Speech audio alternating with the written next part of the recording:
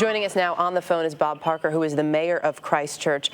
Sir, thanks for taking some time for us this morning. There is a little bit of good news, I know, this morning, correct?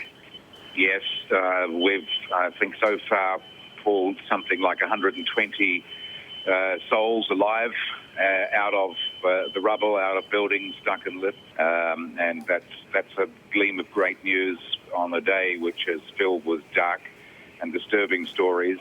Loss of life, destruction of buildings, and a population in the greater Christchurch area of about 500,000 people. That's half the population of this South Island of ours, and they are deeply, deeply traumatized, as am I and all the people who work here. But we're just facing up to an incredibly difficult situation, and our people are doing a brilliant job.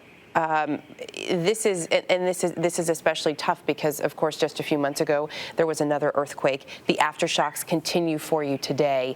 What is your most immediate need and your focus at this point? We are purely focusing on search and rescue operations tonight, so that it's been now something like 11 hours since this very, very significant quake struck, and we are focusing on getting people out alive from the wreckage of the buildings. We are focusing on setting up medical triage centres and ensuring that we get medical treatment to all the people we need, increasing the search and rescue teams exponentially with every hour that goes by. We have now, starting off with about 100 people early this afternoon, now 200 highly trained urban search and rescue people from around our country here in the city, another 200 coming in from Australia. They will be touching down here in the next few hours.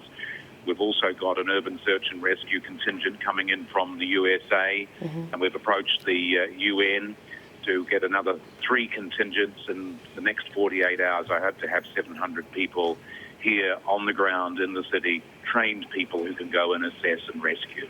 Give us a sense, what was it like for you? Where were you when this hit?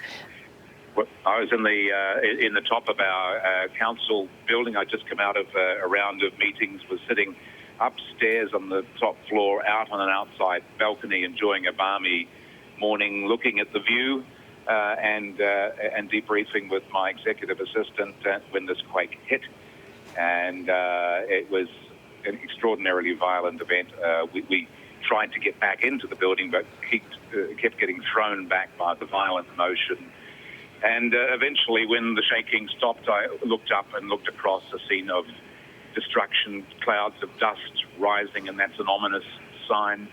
And that means collapsed buildings, and we could hear the screams from thousands of people, really in shock, in pain, and terror, and then began this incredible exodus of people, which we were immediately able to get our police and other emergency services in place to help get out of the central city area.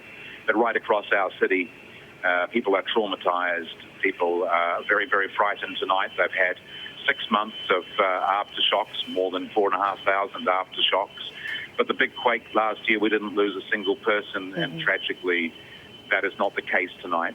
Well, we hope to hear more good news. Again, 120 people so far pulled alive. We will focus on that. Mayor Bob Parker, thanks for your time.